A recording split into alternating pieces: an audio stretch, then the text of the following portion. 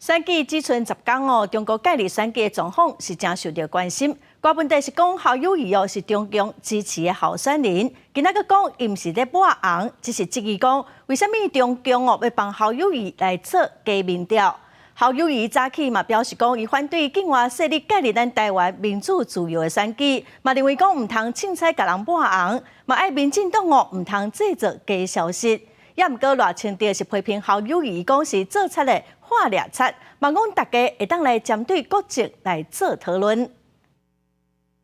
赖清德总统现在正在路口，亲自徛伫路口，甲民众小酒问。民进党赖清德冲刺6千催票，全体党公司早起7点半，公布伫全国各县市超过1000个路口拜票。因为总统蔡英文伫4年前也伫同一个地点拜票，赖清德笑咧讲，希望会当延续气势，赢得胜选。抹红争议引起总统大选3方交手，对此赖清德回击侯友宜是做贼的画掠贼，发声登到国政讨论。侯友宜侯市长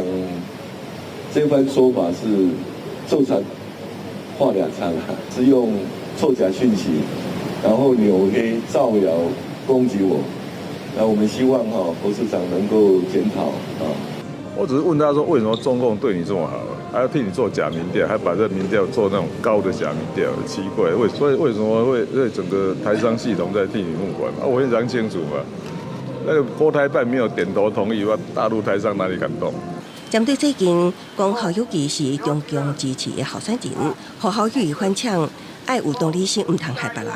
郭文哲澄清家己唔是抹红，郭英培顶开专台大车拼。郭文哲早起前进汤圆，除了参拜公庙，也伫汤圆市区扫街呼选立委。国民党侯友宜早起是回访新北，发声呼吁选民集中选票，投予在野上强的候选人，完成政党轮替，也强调反对境外介入台湾民主选举。我反对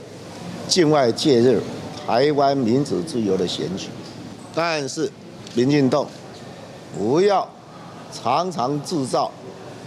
大家的恐慌，尤其制造不实的消息，也不要去抹红别人。对副手判刘孝康参加脱口秀的时讲，新北高中生挂阿妈公案，侯友宜无请假无定着特别发生的讲法。侯友宜强调，家己非常重视航空安全，绝对袂当有代志发生。记者综合报道。